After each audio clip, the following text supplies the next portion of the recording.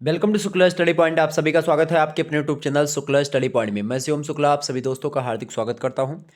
संस्कृत नाटक और व्याकरण से संबंधित प्रश्नों पर चर्चा करने का प्रयास आज की वीडियो के माध्यम से करेंगे। उन प्रश्नों के उत्तर को कैसे लिखना है इस पर भी हमारी दृष्टि होगी। और बीए थर्ड सेमेस्टर के छात्र छात्राओं के लिए यानी कि BA second year third semester, BA द्वितीय वर्ष तृतीय सेमेस्टर के छात्र छात्राओं के लिए यह लेक्चर बहुत ही महत्वपूर्ण होगा। चूंकि जब आप थर्ड सेमेस्टर में बीए में जाते हैं तो आपको संस्कृत में क्या पढ़ना होता है, संस्कृत नाटक और व्याकरण। तो यहाँ से कौन कौन से प्रश्न बनेंगे और उन प्रश्नों के उत्तर को आपको कैसे लिखना है, इस वीडियो का मूल मंतव्य यही है कि ये चीज़ आप जान सकें। क्लियर।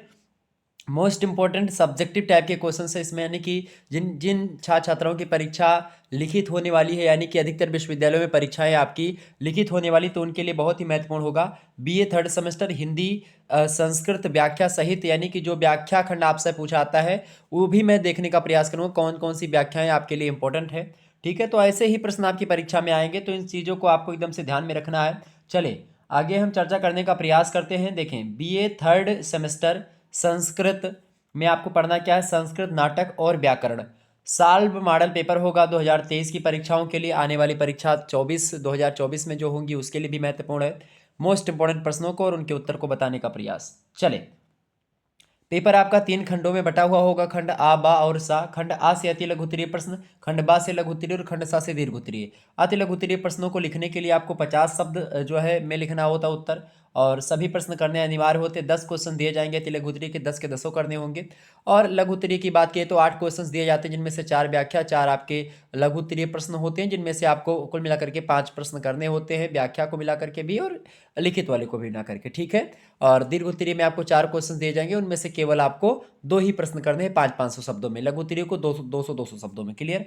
चलें, तो खंड आ के बारे में चर्चा कर लेते हैं। पहला प्रश्न आपके एग्जाम में ऐसे पूछेगा कि रूपक कितने प्रकार के होते हैं या रूपक के भेद होते हैं। बताएं, रूपक के कितने भेद होते हैं भाई। तो रूपक की बात की है तो रूपक के कितने भेद होते हैं, रूपक के 10 भेद होते हैं। कितने भेद होते हैं भैया, रूपक के 10 भेद होते हैं। कौन कौन से होते हैं लिख लीजिएगा।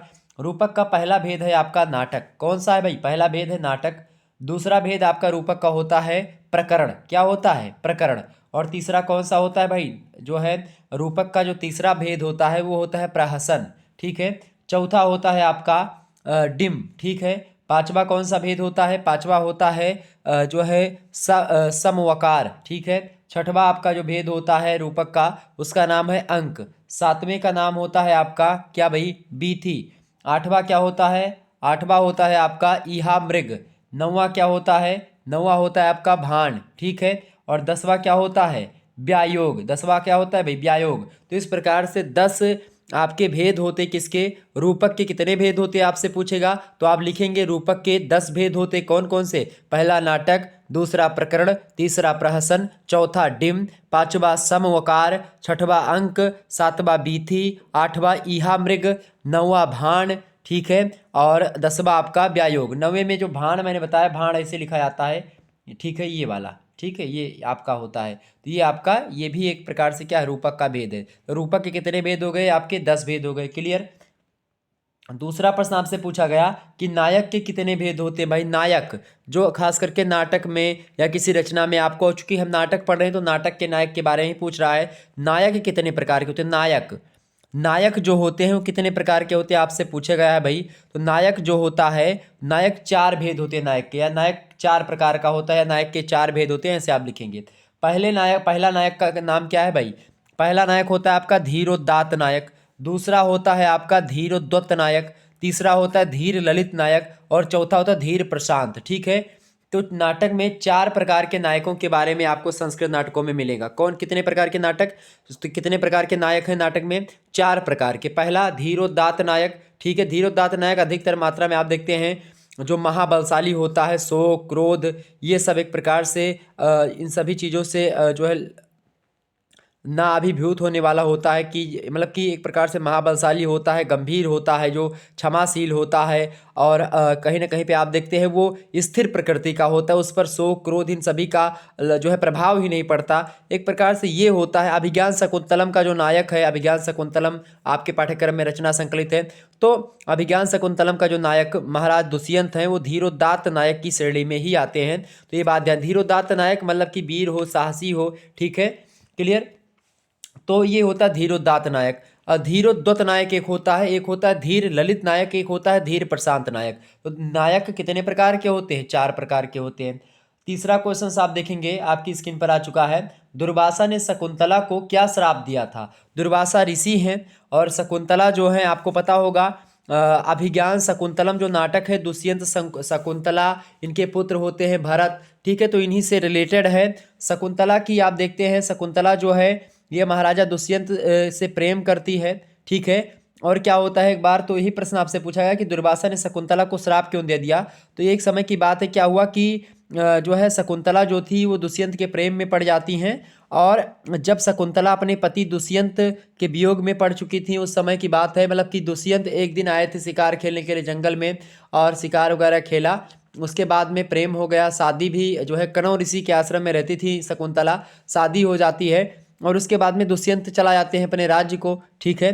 तो जब शकुंतला के पति यानी दुष्यंत जो है अपने राज्य को चले जाते हैं, तो ये जो शकुंतला है ये वियोग में पड़ जाती है, यानी कि उनके याद में तड़पती। तो उसी याद में क्या होता है कि जो है वो मना स्थिति संपूर्ण तरीके से ठीक नहीं होती है।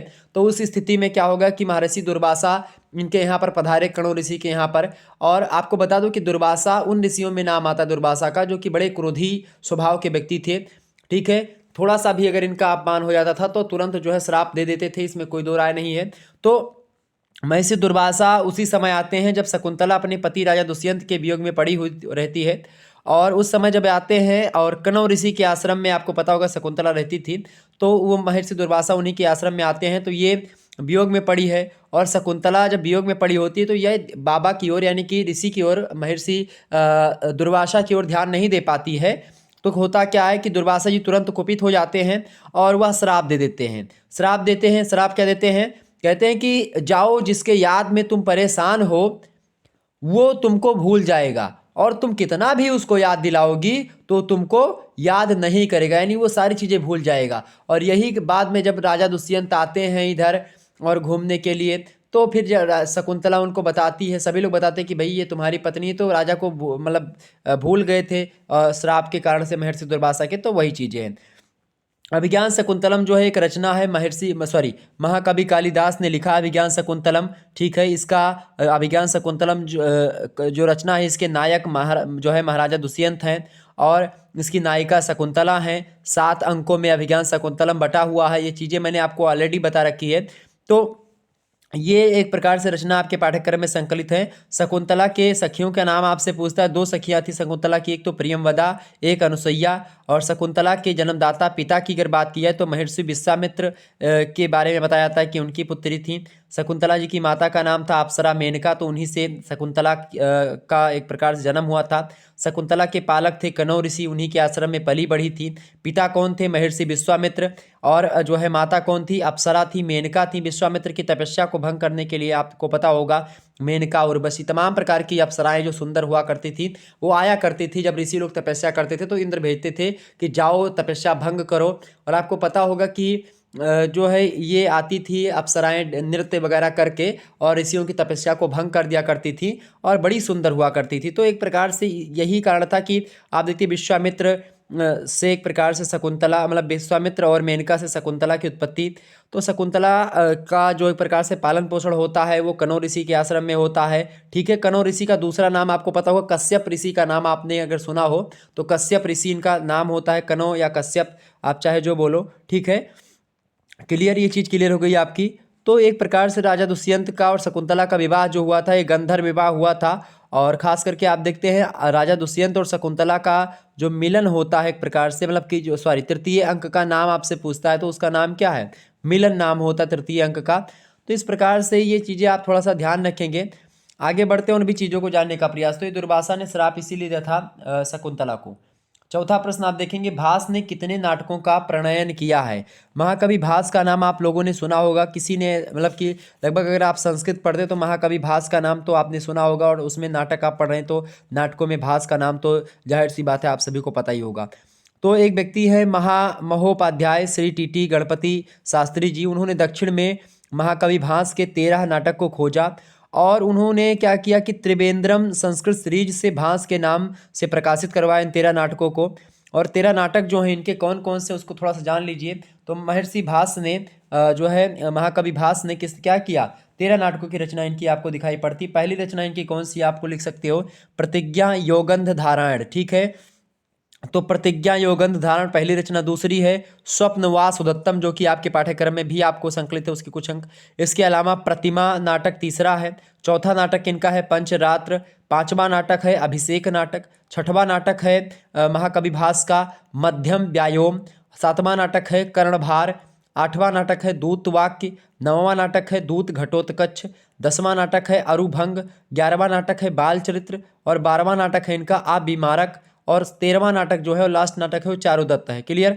तो ये है आपके नाटकों के बारे में जो कि महाकवि भास ने लिखा है। एक बार फिर से मैं बता रहा हूँ, प्रतिज्ञा योगंध धारायण, स्वप्नवास उदत्तम, प्रतिमा नाटक, पंचरात्र, अभिषेक नाटक, मध्यम व्यायोम, कर्णभार, दूतवाक्य, दूत घटवत कच्छ, अरुभंग, बालचरित, आबिमारक और चारुदत्त। ये 13 नाटक जो है ये श्री टी गणपति शास्त्री जी हैं, उन्होंने दक्षिण में महाकवि भास के 13 नाटकों को खोजा था, और उन्होंने क्या करा, त्रिवेंद्रम संस्कृत सीरीज से क्या करवाया, इसको प्रकाशित करवाया 13 नाटकों को। क्लियर। तो ये चीज आपके समझ में आ गई होंगी।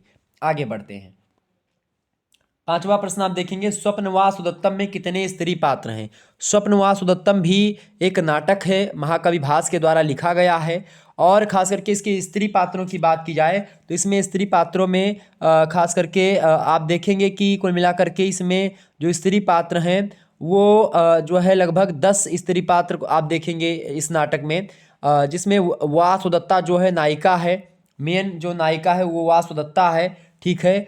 और ये बात ध्यान रखेंगे। और इसके अलावा जो उदयन, राजा उदयन और वासुदत्ता, इन्हीं दोनों के मतलब कि ये दोनों, उदयन जो है नायक है, ठीक है। स्वप्नवास उदत्तम नाटक के नायक कौन है, उदयन है, राजा उदयन। और महाकवि भास का जो रचना है स्वप्नवास उदत्तम, उसमें जो स्त्री पात्र है उसकी जो नायिका खास करके बोलते हैं स्वप्नवास उदत्तम की, तो वो वासुदत्ता ही है, ठीक है। तो पहली तो यही लिख दीजिएगा वासुदत्ता इसकी मतलब कि नारी पात्र है। इसके अलावा दूसरी नारी पात्र या स्त्री पात्रों में अवंतिका का नाम लिख लीजिएगा। तीसरा नाम लिख लेंगे सकते हो आप पद्मावती। चौथा नाम है अंगारवती। पांचवा नाम तापसी। छठवां मधुकरिका, ठीक है। और सातवां नाम लिख दिए जो है पद्मनिका। और आठवां है धात्री। नौवां है वसुंधरा। 10वां है विजया। तो ये 10 स्त्री पात्र हैं किसमें, स्वप्नवास उदत्तम में, ठीक है। 10 स्त्री पात्र कौन कौन से, वासुदत्ता पहला, दूसरा अवंतिका, तीसरा पद्मावती, चौथा अंगारवती, पांचवा तापसी, छठवां मधुकरिका, सातवां पद्मनिका, आठवां धात्री, नौवां वसुंधरा और 10वां विजया।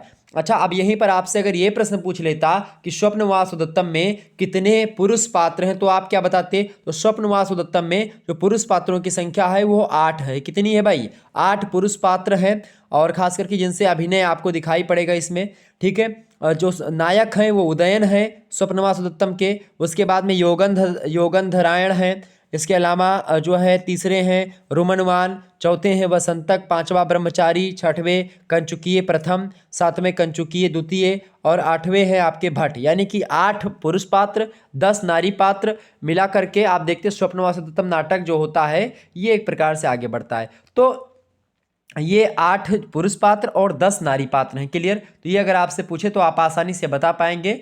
और खास करके महाकवि जो भास हैं ये सिद्धांत नाटककार की श्रेणी में आते हैं, ये बात भी ध्यान रखेंगे। इनके नाटकों में आपको समरसता दिखाई पड़ेगी, सरसता दिखाई पड़ेगी, लालित्य माधुर्य की मंजुल त्रिवेणी इसमें प्रवाहित होती। खास करके सरसता और लालित्य और माधुर्य, सरसता लालित्य माधुर्य इन तीनों की अगर देखेंगे तो त्रिवेणी प्रवाहित होती है महाकवि भास की रचनाओं में। और इन्होंने अपने नाटकों के विषय अलग अलग क्षेत्रों को रखा, अनेक प्रकार के कथानकों को चुना।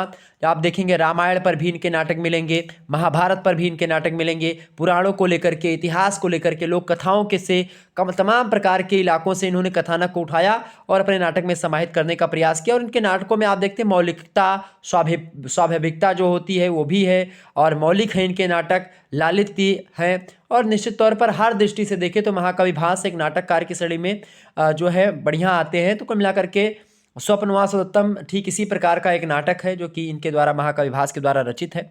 तो आप आसानी से बता सकते हैं, कई सारी बातें इसमें आप चर्चा कर सकते हैं। इसके अलावा महाकवि भास के बारे में बताऊं तो इनकी रचना जो स्वप्नवास उत्तम है, इसमें कुल मिलाकर के 58 श्लोकों में निबद्ध 6 अंकों का ये नाटक है। स्वप्नवास उत्तम 58 श्लोक हैं, 6 अंकों का नाटक है। कवि ने आप देखते हैं विषय के अनुरूप 11 प्रकार के छंदों का प्रयोग भी स्वप्नवास उत्तम नाटक में किया है। और 11 प्रकार के छंद जो प्रयोग किए हैं उनमें आर्या, अनुष्टुप, और इसके अलावा शार्दुल, विक्रीडित, वसंत तिलका, पुष्टि जो है पुष्पिताग्रह, वैश्वदेवी, मालिनी, शिखरिणी और हरड़ी, उपेंद्र ब्रजा और उपजाति, ये 11 प्रकार के छंदों का प्रयोग आपको स्वप्नवास उत्तम नाटक में आपको दिखाई पड़ेगा।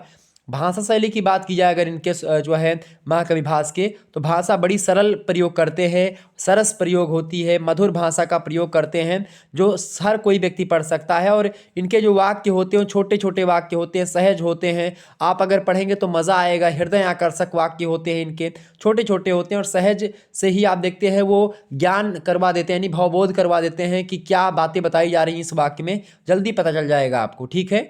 और इनके कथोपकथन जो होते हैं, जो इनकी संवाद शैली होती है, उसके पद बड़े ही सरल होते हैं, मनोरम होते हैं, उसमें कोई दो राय नहीं है। तो इस प्रकार से आप आसानी से बता सकते थे, जिसमें कोई दिक्कत की बात नहीं थी, ठीक है। स्वप्नवास उत्तम 6 अंकों का नाटक है, ये चीज़ें मैंने आपको बता ही दी। तो कुल मिलाकर के क्लियर हो गई बातें, आगे देखते हैं। अगला प्रश्न आपका आ चुका है, 6वां नंबर प्रश्न देखेंगे। महाकवि कालिदास की नाट्य कृति है। महाकवि कालिदास का नाम आप लोगों ने तो जरूर सुना होगा। महाकवि कालिदास जी की बात की जाए तो महाकवि कालिदास की मुख्य रूप से 3 नाटक कृतियां आपके समक्ष आती हैं।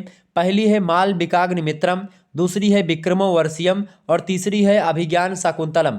3 नाटकीय रचनाएं इनकी हैं महाकवि कालिदास की, बड़ी फेमस रचनाएं हैं इनकी, अभिज्ञान शाकुंतलम, मालविकाग्निमित्रम, विक्रमोर्वशीयम, ठीक है।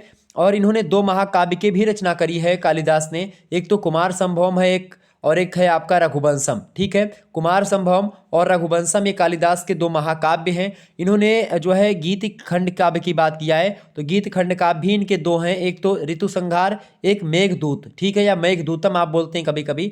तो कालिदास के 2 महाकाव्य कुमार संभवम और रघुवंशम, 3 नाटकीय रचनाएं मालविकाग्निमित्रम, विक्रमोर्वशीयम और अभिज्ञान शाकुंतलम, और 2 इनके गीत खंड काव्य, एक तो ऋतु संहार, एक मेघदूतम, ठीक है, क्लियर। अच्छा, आपसे पूछेंगे कि अभिज्ञान शाकुंतलम की कथा वस्तु का मूल स्रोत क्या है, तो पद्म पुराण और महाभारत, ठीक है। वैसे महाभारत में ही पद्म पुराण संकलित हो जाता है, उसी के अंदर है। तो महाभारत का पद्म पुराण जो है उसी का एक प्रकार से कहीं ना कहीं पे वहीं से कथा वस्तु को लिया गया है। तो क्लियर हो गई बातें, आगे बढ़ते हैं। तो ये आप आसानी से इन प्रश्नों को लिख पाते हैं, इसमें कोई दिक्कत की बात नहीं। आगे बढ़ते हैं, अगला प्रश्न, 6वां प्रश्न आपकी स्क्रीन पर आ चुका है। छंद में लघु और गुरु की पहचान किस तरह से की जाती है, बताएं। छंद में लघु और गुरु की पहचान किस तरह से की जाती है भाई। देखिए, जो लघु होता है उसका मतलब होता है छोटी मात्रा, और गुरु मतलब क्या होता है, बड़ी मात्रा। लघु आप देखते हैं जो होता है ऐसे डंडी से, गुरु जो होता है इस प्रकार से प्रयोग किया जाता है, ठीक है। ये खासकर छंदों को जब आप गिनते हैं तो उसमें प्रयोग होता है। तो जब आप देखते हैं अनुस्वार सहित जो हो, जिसके अंत में विसर्ग हो, जो दीर्घ हो, जो संयुक्त वर्ण से पहले हो, जैसे अंग, कंग आदि, ये सब पाद के अंत में लघु वर्ण भी विकल्प में गुरु होता है। और गुरु को वक्र टेढ़ा आप देखते हैं लिखा जाता है, और लघु सरल लेखा में लिखा जाता है, यानी कि ये जो है टेढ़ा है और ये सरल लेखा में। तो ये आपका लघु है और ये आपका गुरु है, ठीक है। तो क्लियर बात। आप देखते हैं अंग हो गया, कंग हो गया, ये सब भी आप देखते हैं विसर्ग लगा हो लास्ट में, तो ये सब दीर्घ होते हैं, यानी कि ये सब गुरु में आते हैं। तो ये चीज़ें थोड़ा सा ध्यान रखेंगे। लघु और गुरु में से बड़ी की मात्रा आ गई, या बड़ा आ का मात्रा आ गया, तो ये सब भी आपके गुरु ही होते हैं, यानी कि बड़ा का मात्रा जितने में बड़ी ई का, बड़ा ऊ का, ठीक है, या अनुस्वार वगैरह आ गए या ऊपर बूंदी आ गई, तो ये सब आपके जो होते हैं ये दो गिने जाते हैं, यानी कि वो दीर्घ में गिने जाते हैं, ठीक है। दो मात्रा इसका मतलब होता है दो मात्रा, इसका मतलब होता है एक मात्रा। जैसे आप कभी कभी गिनते हैं कि चौपाई में कितनी मात्राएं होती, मात्राओं गिनने का यही सूत्र होता है छंदों में। जैसे मान लेते हैं चौपाई में, कोई भी चौपाई आपको लिख दूं यहाँ पर, जैसे मैंने लिखा यहाँ पर मंगल भवन अमंगलहारी, ठीक है, यहाँ पर लिखा मंगल, ठीक है, भवन आ मंगल हारी। अब यहाँ पर हमको मात्राएं गिनने के लिए कह दिया। देखिए माँ है यहाँ पर तो एक मात्रा यानी कि लघु हो जाएगा। गा है, ठीक है, मंगल हो गया तो यहाँ पर दो हो सकता है, ठीक है, दो। यहाँ पर एक, यहाँ पर फिर एक, ठीक है। इसके अलावा भवन तो एक एक एक, तीन मात्रा यहाँ पर हो गई। अमंगल में यहाँ पर इस प्रकार से, यानी कि दो मात्रा यहाँ पर बूंदी के ऊपर, ठीक है। अमंगल हो गया तो एक यहाँ पर, यानी कि यहाँ पर कितनी मात्राएं हो गई, ये और दो ये, दो ये। अब देखें कितनी मात्राएं होंगी, दो दो चार, दो छः, दो आठ, आठ और आठ दो 10, दो 12, दो 14, दो 16, 16 मात्राएं आपकी हो गई। और चौपाई के प्रत्येक चरण में आपको पता होगा 16 मात्राएं होती, तो ऐसे गिनाता। देखिए एक बार फिर से देखिए, माँ के ऊपर बूंदी है इसीलिए गुरु हो जाएगा, ठीक है, यही बात मैंने अभी बताई आपको, तो ये गुरु हो गया मंग, ठीक है। यहाँ पे दो है चूंकि ऊपर बिंदी भी लगी हुई, तो यहाँ पर आप दीर्घ लगाएंगे यानी कि गुरु लगाएंगे। गा अकेले है, खाली है, तो इस पर आपका ये लग जाएगा लघु। इस पर भी ला भी है, खाली है, तो इस पर लघु लग जाएगा, ठीक है। थोड़ा सा मैं कलर चेंज कर लूँ ताकि आपको क्लियर हो जाए। और भावन में आप देखते हैं भा व न, इसमें एक एक ही है सभी में, यानी कि इसमें आपका जो है गुरु नहीं, इसमें लघु ही आपका दिखाई पड़ रहा है, एक एक मात्रा ही तीनों में है, तो एक एक हो गया मात्रा। अमंगल, अमंगल में चार शब्द है, एक तो आ है आपका, खाली है तो इसके लिए डंडी लगा देंगे यानी कि लघु की मात्रा। अब मंगल पे फिर यहाँ पे बूंदी लगी हुई तो यहाँ पर दो मात्रा हो जाएगी, तो इसलिए यहाँ पर लघु लगाए, मतलब कि गुरु लगाएंगे दीर्घ वाला। इसके लिए गा पे एक लगेगा, ठीक है, गा खाली है, ला खाली है तो एक लगेगा, ठीक है, ये ध्यान रखेंगे। हारी में देखेंगे हार, तो ये बड़ा का मात्रा है तो ये गुरु लग गया, ठीक है। रा पे बड़ी मात्रा है तो आपका क्या लग गया, गुरु लग गया। तो इस प्रकार से आपने देखा कि ये मात्राएं हो गई आपकी। देखिए ये जो होगा ये दो मात्राओं के बराबर होता है, एक जो गुरु होता है ये दो मात्राओं के बराबर होता है, और एक जो लघु होता है वो एक मात्राओं के बराबर होता है। तो गिनना प्रारंभ कीजिए, दो ये हो गया, दो और दो ये हो गया, दोनों मिला करके, तो दो दो चार, चार दो छः, छः एक सात, सात एक आठ, और आठ के बाद में और मैं गिनने का प्रयास करता हूँ, आठ, आठ दुई 10, 10 दुई 12, 12 और दुई 14, 14 और दुई 16, 16 मात्राएं हो गई। चौपाई का पहला चरण है मंगल भवन अमंगल हारी, तो इसमें क्या हो गया, 16 मात्रा हो गई, यानी कि चौपाई सही है, ठीक है। द्रवं सुदशरथ अजिर बिहारी, इसमें भी 16 मात्राएं हैं। देवी पूज पद कमल तुम्हारे, 16 मात्रा। सुर नर मुनि सब हुए सुखारे, 16 मात्रा, ठीक है। इसी प्रकार से आप जो भी चौपाई होगी उसमें 16-16 मात्राएं प्रत्येक चरण में होगी। और चौपाई में 4 चरण होते हैं। चौपाई एक सममात्रिक छंद है। सममात्रिक छंद चूंकि इसलिए है चूंकि चौपाई के प्रत्येक चरण में 16-16 मात्राएं होती है। दोहा और सोरठा एक दूसरे के उल्टे होते हैं, ये सब सारी चीजें आपको पता होनी चाहिए। हिंदी में आप पढ़ते हैं, संस्कृत से आया हुआ, तो ये आपका हो गया, ठीक है। तो छंद और लघु में पहचान ऐसे करते हैं। 8वां प्रश्न आप देखिएगा, 8वां प्रश्न आपकी स्क्रीन पर आ चुका है भाई। देखें सूत्रधार किसे कहते हैं, सूत्रधार किसे कहते हैं भाई, फटाफट से बताने का प्रयास करेंगे। सूत्रधार किसे कहते हैं भाई, सूत्रधार किसे कहते हैं, तो सूत्रधार सूरधार यतीति सूत्रधारः, क्या, सूत्रधार यतीति सूत्रधारः, यानी कि रंगशाला के व्यवस्थापक जो होते हैं उन्हीं को सूत्रधार कहते हैं। जो रंगशाला का व्यवस्थापन करते हैं, व्यवस्थापक होते हैं, उनको सूत्रधार कहते हैं। सिंपल सी। सूत्रधार के लक्षण क्या होते हैं, सूत्रधार का लक्षण क्या है, नाट्योपकारण दीनिम सूत्रमित्याभिधीयते, सूत्रम धारयतीर्थये सूत्रधारो निगद्यते है। ये सूत्रधार के लक्षण है। श्लोक आप ध्यान से इसको देख लीजिएगा, क्या, नाट्योपकारण दीनिम सूत्रमित्याभिधीयते सूत्रम धारयतीत्यर्थे सूत्रधारो निगद्यते है, ठीक है। यह सूत्रधार का लक्षण है। नेक्स्ट क्वेश्चन आपका आ चुका है, नेपथ्य किसे कहते हैं।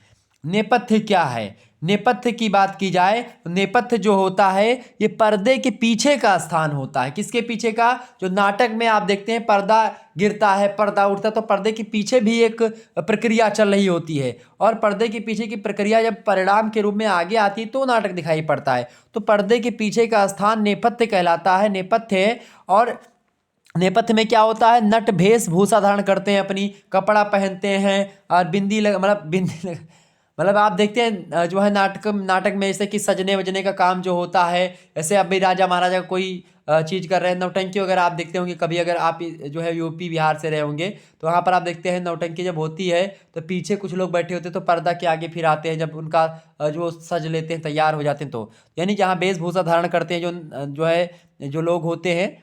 तो कुल मिलाकर के जो नेपथ्य होता है इसका 3 अर्थ होता है नेपथ्य का।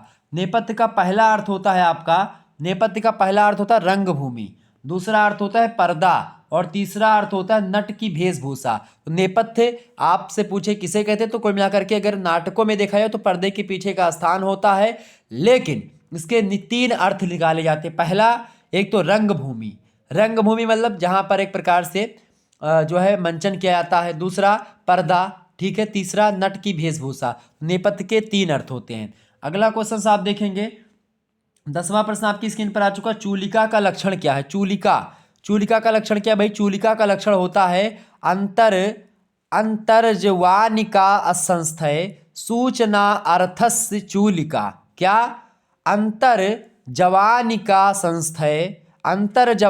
संस्थय सूचना अर्थ चूलिका। यानी कि जब नेपथ्य जो होता है उसमें स्थित जो पात्र होता है, नेपथ्य मतलब यानी जो एक प्रकार से पीछे का स्थान है, पर्दे के पीछे का स्थान, जब वहां पर स्थित पात्र जो होता है उसके द्वारा कोई सूचना दी जाती है आगे, मतलब कि वहां पर कि भाई अभी मैं तैयार नहीं हुआ हूं, या फिर अन्य कोई सूचना जब दी जाती है तो उसी सूचना को चूलिका कहते हैं। क्लियर? समझ में आ गई बातें? तो ये हो गया आपका चूलिका।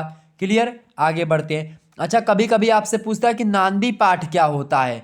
नांदी पाठ की बात किया है तो नंदयतीति नांदी नंदंति देवा अत्र इति नांदी, यानी जहां देवता आनंदित होते हैं आपकी स्तुति के द्वारा, जिससे देवता प्रसन्न होते हैं उसे नांदी कहते हैं। इसीलिए नाटकों को लिखा जाता है तो नांदी पाठ से नाटकों का प्रारंभ किया जाता है। और भरत वाक्य जो होता है ये नाटक की समाप्ति पर प्रयुक्त जो आशीर्वाद युक्त पद्य होता है उसको भरत वाक्य कहते हैं। आपसे बहुत बार यह प्रश्न ऑब्जेक्टिव में बनता है या लिखित में आप भी आपसे प्रश्न पूछ सकता है कि भरत वाक्य किसे कहते हैं। तो भरत वाक्य जब नाटक समाप्त होता है तो एक प्रकार से आशीर्वाद देने के लिए कुछ पद्य कहा जाता है, उस पद्य को भरत वाक्य कहते हैं। नांदी पाठ नाटक जब शुरू किया जाता है तो सबसे पहले प्रारंभ में उस वंदना की जाती है, प्रभु की, भगवान की वंदना की जाती है, जो है उसी को हम नांदी पाठ कहते हैं। जैसे कि सुंदरकांड या फिर आप देखते हैं रामचरितमानस जो है एक महाकाव्य है, उसकी भी शुरुआत जब होती है तो आप देखते हैं कि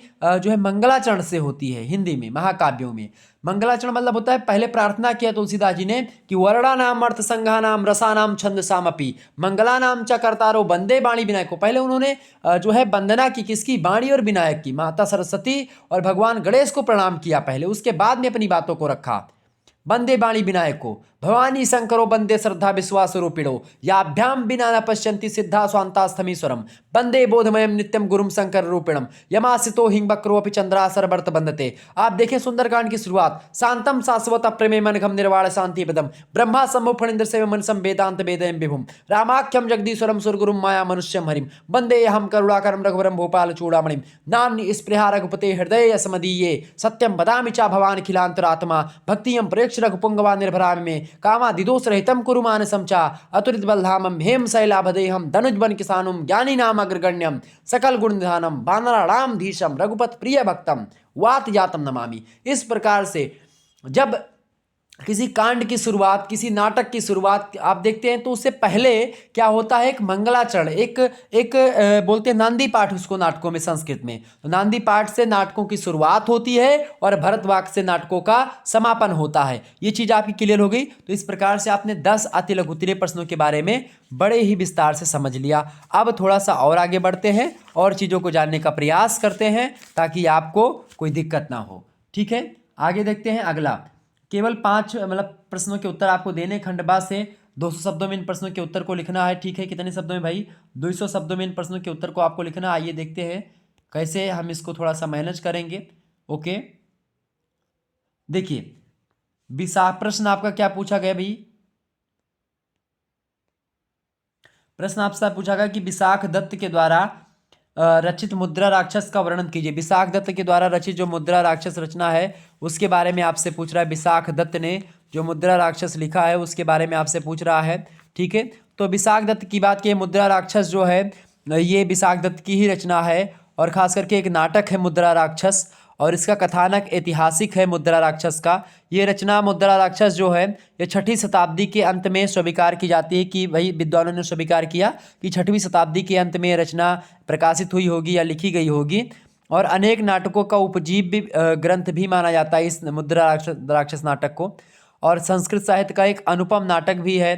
और आप देखते हैं नाट्य शास्त्रीय विधा मतलब कि नाट्य शास्त्र के हिसाब से देखा जाए तो ये नियम के अनुकूल नाटक नहीं है, मतलब कि पूरा तरीके से नाटकीय पद्धति के अनुकूल नहीं है। आप देखेंगे इन पे अनुपम नाट्य कुशलता इसकी बेजोड़ है। रस प्रधान नाटक है, मतलब रस प्रधान नाटक नहीं है ये। ठीक है, एक शुद्ध घटना प्रधान नाटक है। और ख़ास करके आप देखेंगे इसमें राजनीति कुटिल चाल जो होती है, कूटनीति के दांव पेच जो होते हैं उसी के बारे में आप देखते हैं उसका बड़े अच्छे तरीके से उसका सफल चित्रण या सजीव चित्रण किया गया है, खास करके राजनीति संबंधित कूटनीति का। और इसका कथानक के केंद्र में आप देखते हैं तो बिंदु जो है नंद वंश का एक महामात्य है, वो राक्षस है, उसी के बारे में मतलब राक्षस प्रवृत्ति का है। ठीक है, तो उसी के बारे में आप देखते हैं घूमती है, और यह इतना योग्य है कि राजनीतिक की चाणक्य भी उस पर प्रसन्न हो जाते हैं और उसे चंद्रगुप्त का मंत्री बनाने की मतलब की कामना करते हैं। इस प्रकार से चाणक्य यह भी चाहते थे कि यदि राक्षस चंद्रगुप्त का मंत्री बनता है तो उसका राज्य अटल हो जाएगा। और इस नाटक में चाणक्य तथा राक्षस के राजनीतिक तथ्यों को प्रस्तुत करने का प्रयास विशाख दत्त ने किया है। और आपको पता होगा चंद्रगुप्त और चाणक्य के इतिहास, उस समय के इतिहास के बारे में जानकारी विशाख दत्त के मुद्रा राक्षस से भी मिलती है। और मुद्रा राक्षस नाटक की जो शैली है वो प्रवाह उसमें दिखाई पड़ता है, प्रसादिकता भी दिखाई पड़ती है, ओजस्विता भी इस नाटक में आपको दिखाई पड़ेगी। और जो विशाख दत्त का जो नाटक है मुद्रा राक्षस, इसमें वाक्य छोटे छोटे हैं, मुहावरेदार वाक्यों का प्रयोग किया गया है, दीर्घ समास बहुल पदावली का अभाव है, अलंकार सीमित है। ठीक है, संलापों में स्वाभाविकता आई है, नपे तुल्य शब्दों का प्रयोग किया है इन्होंने। और कुल मिलाकर के कुछ विद्वानों का कहना है कि इसमें 24 ऐसे गद्य स्थल हैं जो अपने मूल रूप में पद्य थे। ठीक है, और कुल मिलाकर के कई कई सारी चीज़ें हैं। तो ये आपका विशाख दत्त द्वारा रचित मुद्रा राक्षस नाटक है।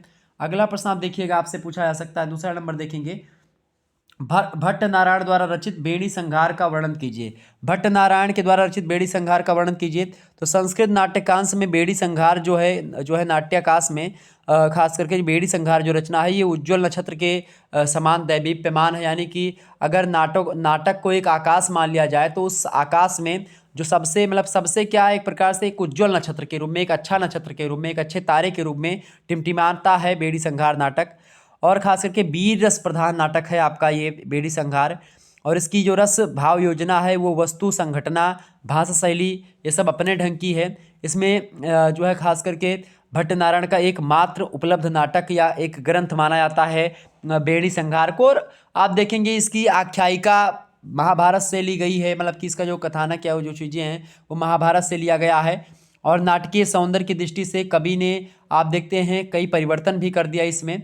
और महाभारत में दुर्योधन के अपमान से दुखित जो भीम ने दुर्योधन की जंगा भंग करने का प्रण किया था, किंतु बेड़ी संहार में उक्त प्रतिज्ञा के साथ साथ ही भीमसेन के द्वारा दुर्योधन के रक्त से द्रौपदी के केस संवारने की प्रतिज्ञा भी कराई गई है, जो कि कवि की नवीनतम उद्भावना दिखाई पड़ती है। और आप देखेंगे पात्रों की दृष्टि से भानुमति, चेटी तथा सखी की कल्पना भी महाभारत से अलग दिखाई पड़ती इसमें। 6वें अंक में आप देखेंगे इस नाटक के प्रथम अंक में भीमसेन प्रतिज्ञा करते हैं दुशासन का रक्त पान कर दुर्योधन को मारकर उसके रक्त से रंजित हाथों से आप देखते हैं उसमें द्रौपदी की बेड़ी बांधूंगा। युद्ध प्रारंभ हो जाता है। द्वितीय अंक में आप देखते हैं दुर्योधन और उसकी स्त्री भानुमति का श्रृंगार परक कथोपकथन है। तृतीय अंक में द्रोणाचार्य के वध के पश्चात अश्वत्थामा और कर्ण में आप देखते हैं वाक कला हो जाती है। चौथे अंक में दुशासन और कर्ण पुत्र वृषसेन जो होता है उसकी मृत्यु होती है। 5वें अंक में गांधारी और धृतराष्ट्र दुर्योधन को संधि करने के लिए समझाते हैं परंतु वह मानता नहीं है और 6वें अंक में आप देखेंगे चारवाक नामक राक्षस युधिष्ठिर को यह मिथ्या जो है संवाद सुनाता है कि दुर्योधन के साथ गदा युद्ध में भीम और अर्जुन मारे गए हैं, और इस पर युधिष्ठिर और द्रौपदी अपना प्राण दे देने की प्रतिज्ञा भी कर लेते हैं इसमें। और इतने में भीम दुर्योधन का वध करके वापस आ जाते हैं और अपने रक्त रंजित हाथों से द्रौपदी की जो चोटी खुली हुई होती है, बेड़ी जिसको कहते हैं, उसको संवारते हैं। और बेड़ी संहार नाटक एक उत्कृष्ट दृश्य का नाटक है, इस दृष्टि से आप देखेंगे। और लंबे लंबे समास और गंभीर ध्वनि वाले शब्दों का प्रयोग भी आपको दिखाई पड़ेगा। वीर रस प्रधान नाटक है, ओज पूर्ण युक्त नाटक है और गौड़ी रीति संपन्न नाटक है। और इसी गौड़ी रीति तथा ओज गुण के प्रयोग के कारण भट्ट नारायण जी ने जो है एक प्रकार से विद्वानों की सभा में प्रशंसा के पात्र हैं। और खास करके आप देखते हैं महाकवि ने इस नाटक में खास करके मनोहारी अलंकारों का प्रयोग भी किया है कहीं कहीं पर। इसमें आप देखते हैं रूपक अलंकारों का भी प्रयोग आपको दिखाई पड़ेगा, उपमा अलंकार का भी प्रयोग आपको दिखाई पड़ेगा बेड़ी संहार में, परिकर अलंकार, दीपक अलंकार, निदर्शना अलंकार, ठीक है, ये तमाम सारे अलंकार। इसके अलावा अर्थांतर न्यास अलंकार का प्रयोग भी आपको दिखाई पड़ेगा और कई प्रकार के अलंकारों का, उपमा अलंकार तो है ही। तो इस प्रकार से बेड़ी संहार की जो मूल समस्या है वो नायक तत्व का निर्धारण है। इसका नायक कौन है ये भी नहीं दिखाई, मतलब कि एक प्रकार से इसमें थोड़ा सा विद्वानों में मतभेद है, मत एक के नहीं, तो एक प्रकार से कई सारी चीज़ें हैं। तो ये आपका हो गया भाई बेड़ी संहार, जिसके बारे में मैंने चर्चा करी। अब आगे थोड़ा सा हम देख लेते हैं भाई, यहाँ पर आपसे ये भी प्रश्न पूछेगा कि भाई ये बताओ इसकी व्याख्या करें। व्याख्या करने को लेकर के आपसे प्रश्न पूछेगा। देखें आपका आ चुका है, बहुत बढ़िया, ये व्याख्या आपको इसकी करनी है भाई, फटाफट से बताएं कौन व्याख्या करेगा इसकी। चलें एक बार वीडियो को लाइक और शेयर कर दीजिएगा। ये आपके समक्ष दिया हुआ है, इसकी व्याख्या को लेकर के आपसे प्रश्न पूछेगा। क्या प्रश्न पूछेगा कि जो है दिए गए गद्यांश की, आपसे प्रश्न पूछेगा कि जो निम्नांकित गद्यांश है या अधोलिखित श्लोक है, लिखे पूछेगा कि अधोलिखित श्लोकों का संदर्भ सहित हिंदी में अनुवाद कीजिए, ठीक है। यह आपसे पूछेगा। क्या लिखा हुआ है कि वाचम न मिश्रयति यद्यपि मदवचोभिः कर्णं दद्यातिभिमुखं मयि भाष्यमाणे कामं न तिष्ठति मदानन सम्मुखीना भूयिष्ठमन्य विषया नातु दृष्टिरम रस्यः। यानी कि वाचम न मिश्रयति यद्यपि मद्वचोभिः कर्णं दद्यातिभिमुखं मयि भाषमाणे कामं न तिष्ठति मदान न सम्मुखीनां भूयिष्ठ मन्य विषयः न तु दृष्टिरस्यः। यानी कि ये जो श्लोक है, यह श्लोक महाकवि कालिदास के द्वारा लिखा गया है। प्रस्तुत आप लिखेंगे संदर्भ में कि प्रस्तुत श्लोक महाकवि कालिदास के द्वारा प्रणीत या महाकवि कालिदास द्वारा लिखित या रचित अभिज्ञान शकुंतलम जो नाटक है उसके प्रथम अंक से है, प्रथम अंक से है, और जो कि हमको एक प्रकार से इसका अनुवाद लिखना है। अब संदर्भ में आप इतना लिख देंगे कि प्रस्तुत श्लोक महाकवि कालिदास द्वारा प्रणीत अभिज्ञान शकुंतलम के प्रथम अंक से अनुवाद हेतु उद्धृत है। क्लियर।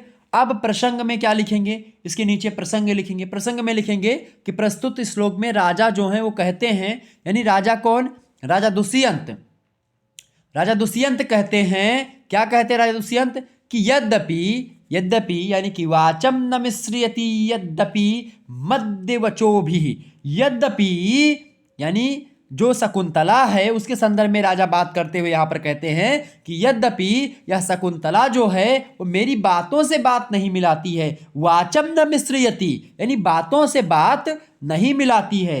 वाचम न मिश्र यति यद्यपि मद्वचोभिः, यानी ये जो शकुंतला है ये मेरी बातों से बात नहीं मिलाती है।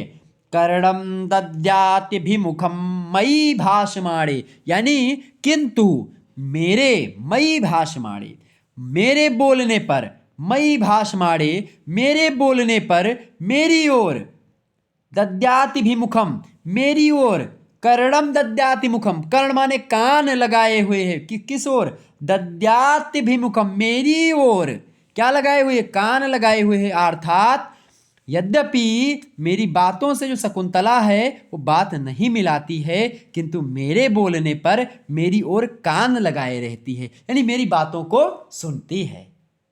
आगे कामम न तिष्ठति मदान न सम्मुखीनाम, यानी कि आगे कि कामम न तिष्ठति मदा नन सम्मुखी ना, यानी कि या मेरे मुख की ओर मुख करके नहीं स्थित होती है। मतलब कि एक प्रकार से मेरी तरफ नज़रों से नज़रें मिला करके बात नहीं कर रही है, मतलब एक प्रकार से वो मेरे मुख की ओर मुख करके नहीं देख रही है या नहीं बात कर रही है या नहीं स्थित होती है, भले ही वह ऐसा ना करती हो।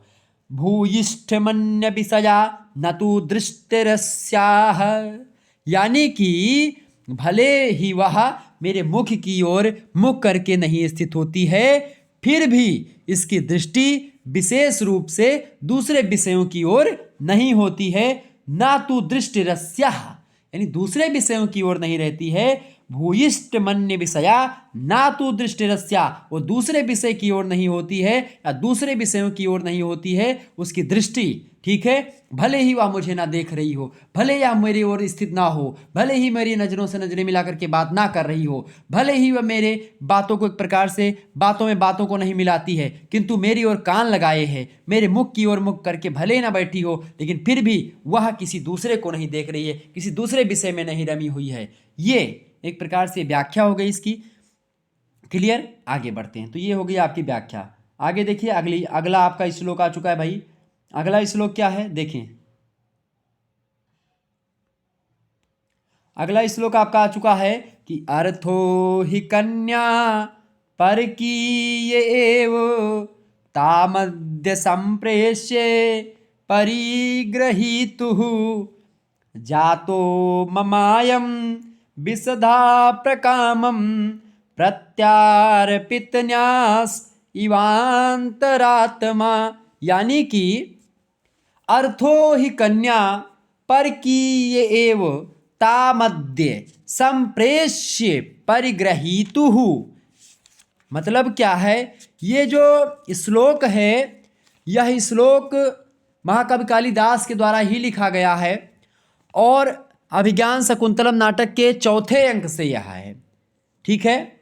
अर्थो ही कन्या परकीय एव तामद्य संप्रेष्य परिग्रहीतु, यानी ये जो श्लोक है आप लिखेंगे संदर्भ में कि प्रस्तुत श्लोक महाकवि कालिदास द्वारा लिखित या प्रणीत अभिज्ञान शकुंतलम नाटक के चतुर्थ अंक से अनुवाद हेतु अवतरित है या उद्धृत है। प्रसंग क्या है इसका? प्रसंग है, लिखेंगे कि प्रस्तुत श्लोक में शकुंतला के पति गृह गमन के दुख से दुखित महर्षि कणव अपने मनोभावों को व्यक्त करते हैं। महर्षि कणव के दरबार में ही शकुंतला रहती है और जब शकुंतला पति गृह के लिए जो है एक प्रकार से जाने को तैयार होती है, मतलब कि अपने पति के गृह के लिए, मतलब कि तो दुख से हर्षित हो जाते हैं महर्षि कणव, चूंकि महर्षि कणव ने पाला है इस जो है इनको शकुंतला को, ठीक है। और चूंकि पाला है उन्होंने तो भाई प्रेम भी है, तो अपने मनोभावों को व्यक्त करते हुए ये कहते हैं महर्षि कणव कि अर्थो ही कन्या परकीय एव तामद्य संप्रेष्य परिग्रहीतु, यानी कहते हैं अनुवाद में आप लिखेंगे कि कन्या जो होती है वस्तुतः दूसरे का ही धन होती है। अर्थो ही कन्या परकीय एव तामद्य संप्रेष्य परिग्रहीतु, यानी कन्या वस्तुतः दूसरे का ही धन है। आज उस कन्या को पति के पास भेज करके मेरा अंतःकरण उसी प्रकार से अत्यंत प्रसन्न हो गया है जिस प्रकार जातो ममायम विसदा प्रकामम प्रत्यार्पितन्यास इवांतरात्मा, यानी मेरी अंतरात्मा, मेरा अंतःकरण उसी प्रकार अत्यंत प्रसन्न हो गया है आज अपनी कन्या को वहाँ पर भेजने पर, जिस प्रकार से धरोहर कोई होती है, यानी कोई गिरव जिसको कहते हैं, यानी अगर मान लेते हैं आपके पास पैसा नहीं है और कोई व्यक्ति के पास आप जा करके अपनी जो धरोहर है या किसी का धरोहर आप मतलब कि आपके यहाँ पर रखा हुआ है, तो इसी प्रकार से आप उसको देकर के अपना वस्तु ले लें, या तो यही होता है धरोहर। तो जिस प्रकार धरोहर लौटा देने वाले व्यक्ति का अंतःकरण अति प्रसन्न हो जाता है, वह निश्चिंत हो जाता है कि अब जो सर पे हेडेक था, कोई कर्जा आपने लिया है, उस कर्जे को जब चुका देते हैं तो आपको एक प्रकार से रिलीफ मिलता है। आपका कोई काम होता है, जब वो संपन्न हो जाता है तो आपको रिलीफ मिलता है, आप अच्छा महसूस करते हैं, ठीक है। आप अपने आप को सहज महसूस करते हैं, अन्यथा आप असहज महसूस करते हैं। ठीक यही जो है एक प्रकार से चीज़ होती है कन्या को लेकर के, यानी जो कन्या होती है, इस लड़कियां होती हैं, ये बेसिकली जो है ये दूसरे का धन हुआ करती हैं। ऐसा महर्षि कणव अपने मनोभावों को व्यक्त करते हैं और कहते हैं चूंकि कन्या अपने आप को सामंजस्य देते हैं, अपने मन को सांत्वना देते हैं और कहते हैं कि कन्या जो होती है दूसरे का ही धन होती है और आज उस कन्या को पति के पास भेज करके या मेरा अंतःकरण जो है ये उसी प्रकार प्रसन्न हो गया है जिस प्रकार कोई धरोहर लौटा देने वाले व्यक्ति का अंतःकरण जो होता है अत्यंत प्रसन्न हो जाता है जब वह अपना सारा काम कर लेता है। तो अर्थो ही कन्या परकीय एवता मध्य संप्रेष्य परग्रहीतु जातो ममायम विशदः प्रकामं प्रत्या अर्पित न्यास इवांतरात्मः। तो इस प्रकार से ये आपकी व्याख्या हो गई। आगे देखते हैं। अब अगला जो व्याख्या आपकी स्क्रीन पर आ चुकी है, इसकी व्याख्या भी आपको लिखी हुई प्रतीत होगी, आप देख पा रहे होंगे, यहाँ पर पढ़ें पहले इसको। अगला जो आपका आ चुका है भाई, ये देखिए आपका जो है ये लिखा हुआ है, इसकी व्याख्या करनी है आपको। तो लिखा हुआ है कि कस्यार्थः कलसेन को मृगयते वासो यथा निश्चिंतम दीक्षां पारितवान् किमिच्छति पुनर्देयं गुरोर्यद् भवेत् आत्मानुग्रामिच्छति नृपजा धर्माभिराम प्रिया यद् यस्यायस्ति समीपि सतं वदतु तत् कस्याद्य किं दीयताम।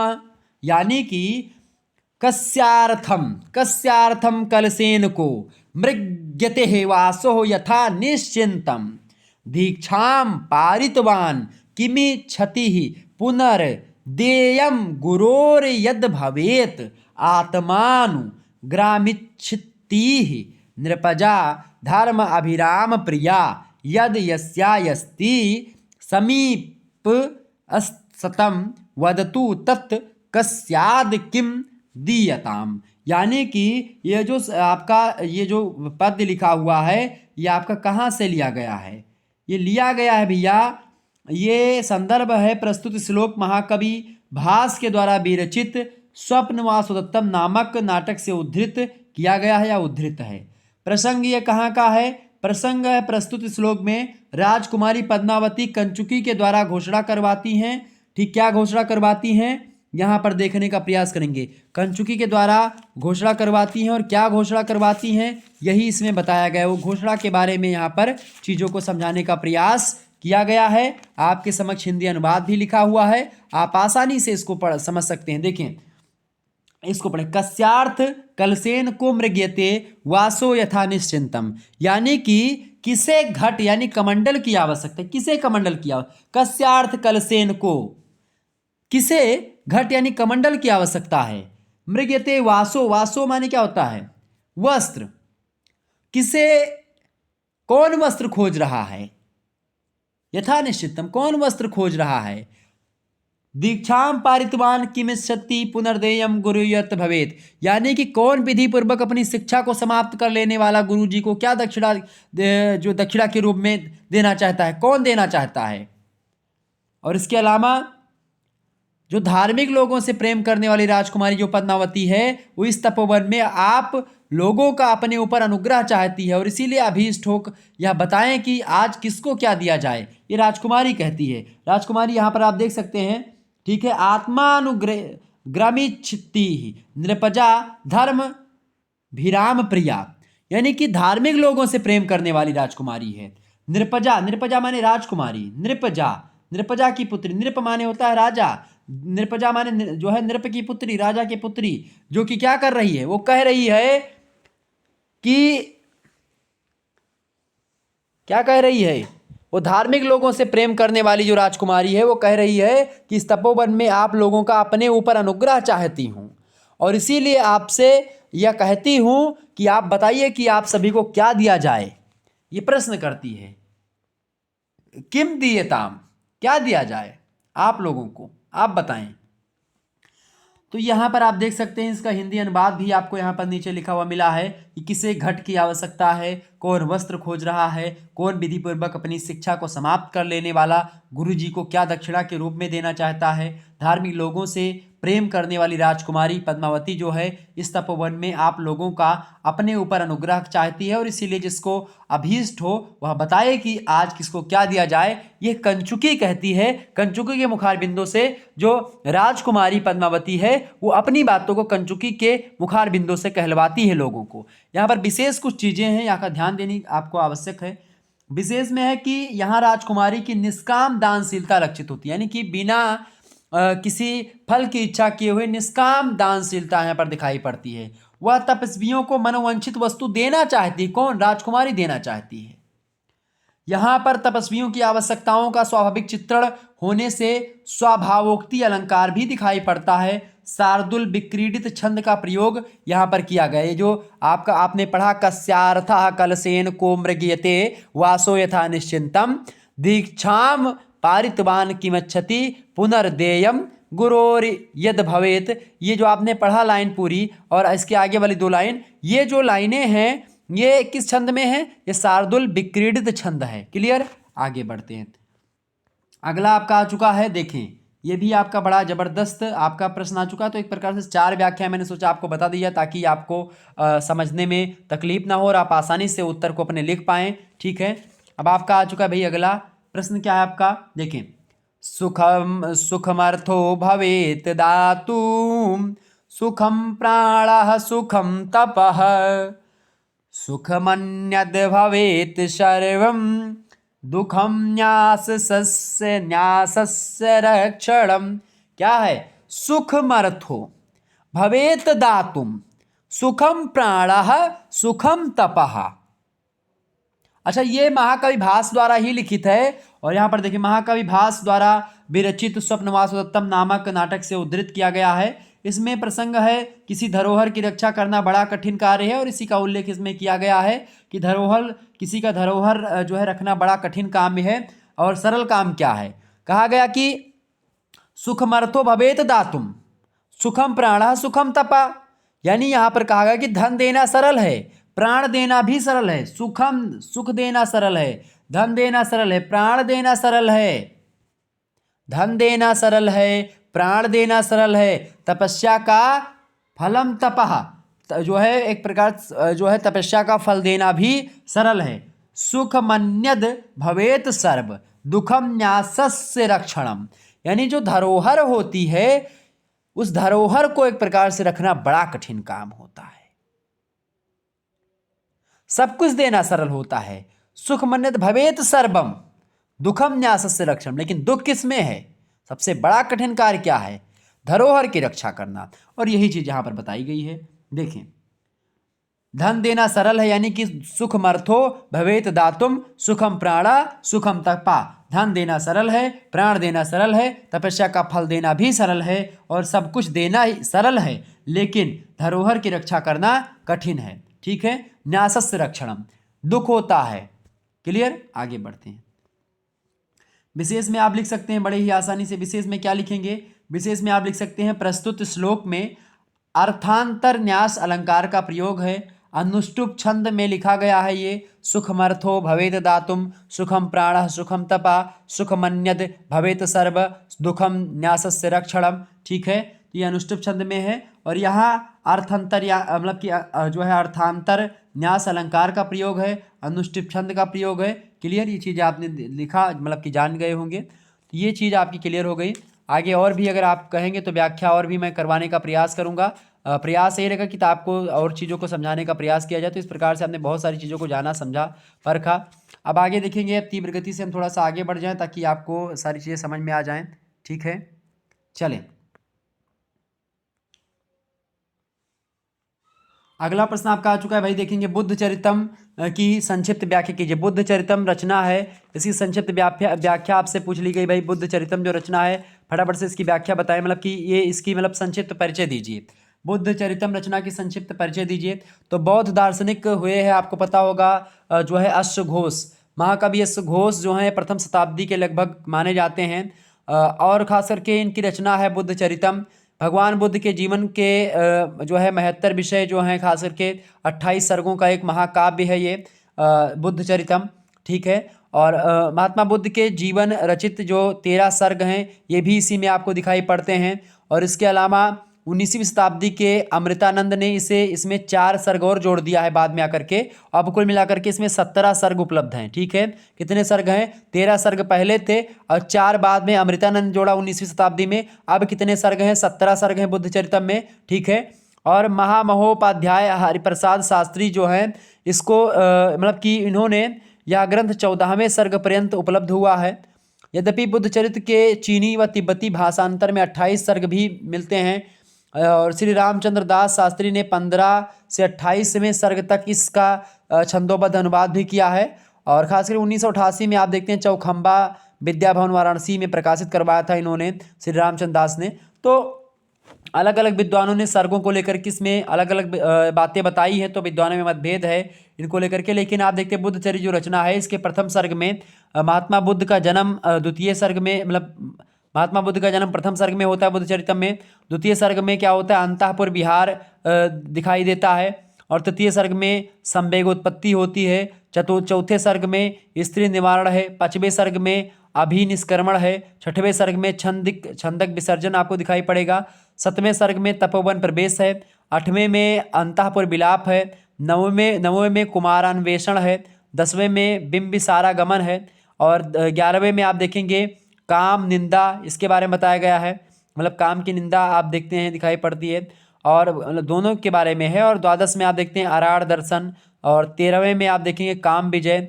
14वें में आप देखते हैं 14वें सर्ग में बुद्धत्व प्राप्ति का निरूपण है। और बाकी 15 से 28वें सर्ग के बाद में आप देखते हैं बुद्ध का काशी गमन, शिष्यों को दीक्षा दिया, दान दिया, महाशिष्यों का संन्यास लेकर के जाना। इसके अलावा अनाथ पिंडक की दीक्षा, पिता पुत्र का समागम, जेतवन की स्वीकृति, संन्यास का झरना, आम्रपाली के उपवन में आई और ये सब सारी चीज़ें, आयु का निर्णय, लिच्छवियों पर अनुकंपा, निर्वाण मार्ग में महापार निर्माण के बारे में, निर्माण की प्रशंसा, धातु विभाजन, इन सभी का निरूपण बाकी वाले में सब में किया गया। तो इस प्रकार से आप देखते हैं अश्वघोष ने ये सारी चीज़ें बताने का प्रयास किया। तो अश्वघोष की रचना बुद्ध चरितम जो है इसी से रिलेटेड है। आगे देखते हैं, अगला प्रश्न आपका आ चुका है भाई, सभी लोग देखने का प्रयास करेंगे। चौथा नंबर प्रश्न आपका है व्याकरण से राम पुल्लिंग शब्द का शब्द रूप सिद्ध कीजिए। तो राम पुल्लिंग शब्द का शब्द रूप क्या होगा? देखिए विभक्ति, एक वचन, द्विवचन और बहुवचन। खासकर विभक्ति की बात की, देखिए प्रथमा विभक्ति में क्या होता है? एक वचन का राम का प्रथमा विभक्ति एक वचन क्या होता है? रामा होता है। राम का प्रथमा विभक्ति द्वितीय वचन क्या होता है? रामो। ठीक है, और बहुवचन क्या होता है? रामः प्रथमा विभक्ति में। तो ऐसे इसका शब्द रूप थोड़ा सा इसको याद कर लीजिएगा, एक का याद कर लेंगे तो सबका लगभग याद हो जाएगा आपका। राम का क्या है? राम का शब्द रूप क्या है आपको पता होगा। देखें, रामः रामो रामः, रामम रामो रामान, रामेण रामाभ्याम रामय, रामाय रामाभ्याम रामेभ्या, रामात या रामाद, दो शब्द प्रयोग होते हैं पंचमी विभक्ति में। राम के एक वचन पंचमी विभक्ति में रामात बोलो चाहे रामात बोलो। ठीक है, तो क्या हो जाएगा? पंचमी विभक्ति में रामात या रामाद, रामाभ्याम रामाभ्या, रामस्य रामयोः रामाणाम। ठीक है, रामाणाम। सप्तमी विभक्ति में आप आएंगे तो रामे रामयो रामेशु। संबोधन में आप देखेंगे तो हे राम, हे रामो, हे रामः। तो ये भी शब्द रूप है, इसके बारे में आपको पता। एक बार फिर से मैं पढ़ दे रहा हूँ। क्या क्या भाई? देखें, इसका वचन याद कर लीजिएगा आप। रामः रामो रामः, रामम रामो रामान, रामेण रामाभ्याम रामय, रामाय रामाभ्याम रामेभ्या, रामात रामाभ्याम रामेभ्यः, रामस्य रामयो रामाणाम, रामे रामयोः रामेषु, हे राम, हे रामो, हे रामः। ये जो है पुल्लिंग शब्द की, राम पुल्लिंग शब्द की शब्द रूप विभक्ति है। ठीक है, ये बात ध्यान रखेंगे। तो इस प्रकार से सप्तमी विभक्ति तक होता है और उसके बाद में संबोधन होता है। क्लियर? तो ये चीज़ आपको थोड़ा सा पता होनी चाहिए। तो इसी प्रकार से आपसे और पूछ सकता है। क्लियर? ये ध्यान रखेंगे। तो ये यही आपसे पूछा गया था, तो ये थोड़ा सा ध्यान रखें, एक बार पढ़ लीजिएगा। ठीक है, इन चीज़ों को। इसी प्रकार से अन्य का भी आपसे पूछा था, सर्व का, हरि का, सखी का। तो ऐसे ही आप ये अगर एक जान गए तो फिर दोबारा सारी चीज़ों को जान जाएंगे और फिर कोई दिक्कत नहीं होगी आपको समझने में हर चीज़ों को। ठीक है, आगे समझते हैं अगला प्रश्न। अगला प्रश्न आपकी स्क्रीन पर आ चुका है। देखिए, दीर्घ उत्तरीय टाइप के प्रश्न, इनको थोड़ा समझने का प्रयास करेंगे। केवल 2 प्रश्न आपके हैं, मतलब केवल 2 प्रश्न आपको करने होते हैं। प्रश्न कितने दिए जाएंगे आपको? खंडसा से 4 प्रश्न आपको दिखाई पड़ेंगे, इनमें से केवल 2 करने हैं। एक प्रश्न का उत्तर आपको 500 शब्दों में लिखना है। ठीक है, पहला प्रश्न आप देखेंगे, अभिज्ञान शकुंतलम के चतुर्थ अंक का वैशिष्ट प्रतिपादित कीजिए। जो एक प्रकार से अभिज्ञान शकुंतलम रचना है, इसका चौथे अंक का आपको वैशिष्ट निरूपित करने को लेकर के प्रश्न पूछा गया है। बहुत ही इंपॉर्टेंट प्रश्न है, इसके बारे में चर्चा करेंगे किसी दिन, ठीक है। तो एक प्रकार से लगभग आज की वीडियो के माध्यम से मैंने बहुत सारी चीज़ों को बारे में आपको बताया है और आपने जाना उसके बारे में, ठीक है। तो आप सभी लोग मेरे हिसाब से इस रचना को मतलब कि इसको पढ़िएगा। अभिज्ञान शकुंतलम के चौथे अंक का जो वैशिष्ट निरूपण है, इसको थोड़ा सा आप पढ़ लीजिएगा, ताकि आपको जो है एग्जाम में प्रश्न इंपॉर्टेंट है, आपकी परीक्षा में पूछा जाएगा, ठीक है। तो इस प्रश्न को एकदम से आप पढ़ लीजिएगा, ताकि आपसे अगर परीक्षा में प्रश्न पूछा जाए तो आप उसको छोड़ करके ना आए। अभिज्ञान शकुंतलम का जो चौथा अंक खास करके कुल मिलाकर के तो 7 अंक है अभिज्ञान शकुंतलम में। चौथा अंक जो है ये खास करके सहृदयों के द्वारा भूरी भूरी प्रशंसा इसकी की गई है, और वास्तव में सबसे महत्वपूर्ण अंक जो है ये यही है महाकवि का। और जो है काव्य प्रतिभा, अनुपम नाट्य कौशल, अप्रतिम प्रकृति प्रेम, भावना की समरसता या सरसता, लौकिक ज्ञान की गरिमा, ये सब आप इसमें देखेंगे चौथे अंक में चरमोत्कर्ष पर पहुंच जाती है। यानी कि चौथा अंक बहुत ही जबरदस्त है, और चौथा अंक में आप देखेंगे कई सारी विशेषताएं आपको दिखाई पड़ती है। चौथा अंक खास करके आप देखते हैं अनुसुईया और प्रियंवदा की ऊहा पोहमय स्थिति से प्रारंभ होती है। तो कई चीजें इसमें चर्चा कर लेंगे किसी दिन, आगे बढ़ते हैं। दूसरा प्रश्न आप देखेंगे, नाटक में चरित्र चित्रण की महत्ता बताते हुए राजा उदयन का चरित्र चित्रण पर प्रकाश डालिए। मोस्ट इंपोर्टेंट प्रश्न है ये। तो ये जो है नाटक का चरित्र चित्रण की महत्ता, पहले आपको बताना कि नाटक में चरित्र चित्रण का क्या महत्व होता है।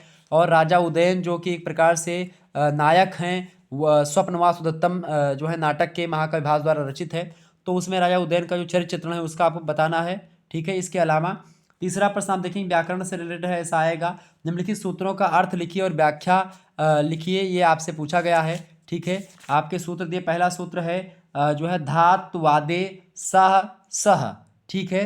दूसरा है संप्रसारणस्य च, ठीक है। तीसरा है आपका अम संबुद्धो, और चौथा है अतो गुणे, पांचवा है शेषे लोपा, छठवा है एक वचनस्य चा, सातवां है साम माकम, और आठवां है बहुवचनस्य वनस वस नसो, ठीक है। तो ये आपके सूत्र हैं, इनकी व्याख्या आपको बतानी है। चौथा आप देखेंगे नाटक के स्वरूप का निरूपण करते हुए नाटकोत्पत्ति के सिद्धांत की विवेचना कीजिए। नाटक की उत्पत्ति के सिद्धांतों के बारे में भी यहाँ पर आपको बताने को लेकर के प्रश्न पूछा जाएगा। तो इस प्रकार से ये प्रश्न आपके इंपॉर्टेंट है, अगर इतना पढ़ लेंगे तो आपका काम हो जाएगा और बड़ी ही आसानी से सारी चीज़ों को समझ जाएंगे। वैसे मैंने आज के वीडियो के माध्यम से 10 अति लघु उत्तरीय प्रश्न और 8 लघु उत्तरीय प्रश्न, जिनमें से 4 आपके लघु उत्तरीय प्रश्नों पर चर्चा करी और 4 मैंने व्याख्याओं पर चर्चा करी, और इसके बाद में 4 दीर्घ उत्तरीय प्रश्नों को आपको बताया कि ये इंपॉर्टेंट है। तो आप इनको 4 दीर्घ उत्तरीय को थोड़ा सा पढ़ लीजिएगा। बाकी तो इतना मैंने लगभग आपके 18 क्वेश्चन आज के वीडियो के माध्यम से चर्चा करी। आने वाले समय में और भी प्रश्नों पर चर्चा हो जाएगी, तो उसको लेकर के टेंशन मत लीजिएगा। बाकी आप इतना पढ़ लीजिएगा तो आपका हो जाएगा। वीडियो को 2 से 3 बार देखेंगे, आपके जो है डाउट क्लियर होंगे। बाकी आप सीरीज वगैरह ले लीजिएगा, उसमें भी थोड़ा बहुत पढ़ लीजिएगा, ओके। इस प्रकार से आपका काम हो जाएगा। चलिए फिर मिलते हैं हम नेक्स्ट वीडियो में, तब तक के लिए जय हिंद जय भारत। आप सभी का बहुत बहुत धन्यवाद हमारे से जुड़ने के लिए। इसी प्रकार से अपना प्यार हमेशा बनाए रखिएगा। सभी लोगों का बहुत बहुत धन्यवाद हमारे से जुड़ने के लिए, ठीक है। चलिए, अगर कोई और आपको रिक्वायरमेंट हो तो आप कमेंट कर दीजिएगा। धन्यवाद।